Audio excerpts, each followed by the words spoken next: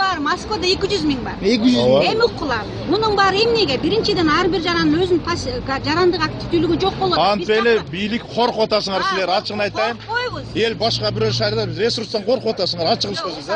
Ошол болуп атат кебетесичи. Сиз деген ошол да мен өзүм электронный голосование кыласыз, эч кимден эч ким коркпойт. Жок, киргизбей атканыңар ошол. 190 000 киши. Биз киргизбей аткан жокпуз, киресиз. Бирок деген тез. Анда болтурасыз. Заявление жазып кирели азыр, мейли. Кирсек болобу? Болбойт. Заявление жазып киреличи бу макул болбойт атат азырчы. Кайда киресиз? Азыр биз мондай жазып, агыр жазып, имея право как гражданин Кыргызстана деп Жок, жазып. ошентип киргизсе анда деген анда да күнөөлөшөт да. Биздечи мисалы каалаган 100 кишини чогултуп келип заявление менен голосовать этtirди. Ал закондо жок. Закондо только биометриканы тапшырган гана жарандар. Тапшырбагандарчы.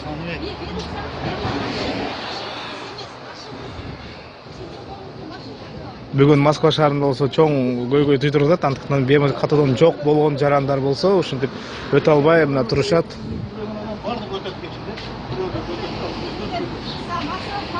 Болуп келген бул. Атайын Орусиянын коопсуздук тынчтыгы келип коруп турушат.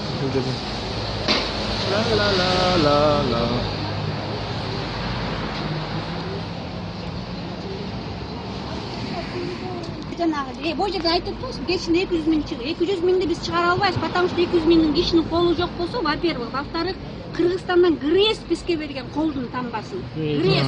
Биз беруксаңар, ГАИнин сопровождениясына охрана менен алып келдик. Бул биометрический данныйларды. Биз деген эч кимди киргизе албайбыз аяка.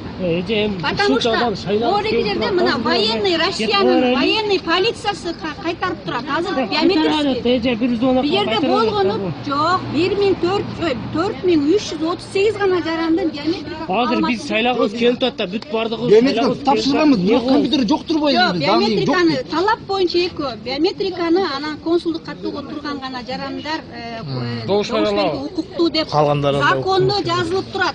Айланайын курсанттар, силер билишиңер керек, мыйзам. Эже түшүп атасыз, эми эмне кылабыз керек? Кетербизби кайрака шайлабайлы? Сайлагыбыз келип атат, Башка жолу жок. Нечелер миң киши элек туруп Москва боюнча. анда бүгүн шайлап кетип кала берет. Россия Кыргыз сайлабы. 190 000 киши. Ушу мен башкаларга түшүндүрсөм, анда мен нааразы болбойт элем. Ушу курсанттар силерге түшүндүрүп аткан таңгалат. Мыйзамды Дворник деже. жок, бул жерде академия МЧСтин студенттери. Мен бар экен, биз дворникти түшүнбөйбүз. Жок, мен сизге түшүндүрүп атам.